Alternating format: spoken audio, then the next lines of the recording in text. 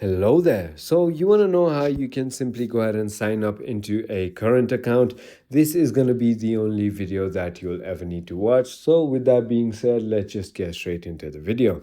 First things first, what I want you to do is simply go ahead and open App Store and search for current, just like how I'm about to do right over there.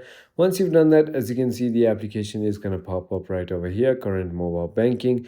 And now what you want to do is simply go ahead and tap on open.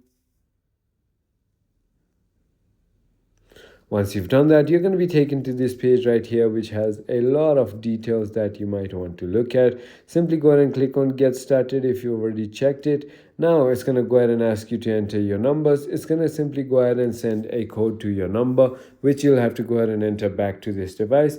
And then it will let you go ahead and choose a username and password and you'll be logged in. I hope this video was helpful to you. If it was, hit that like button and I'll see you on the next one.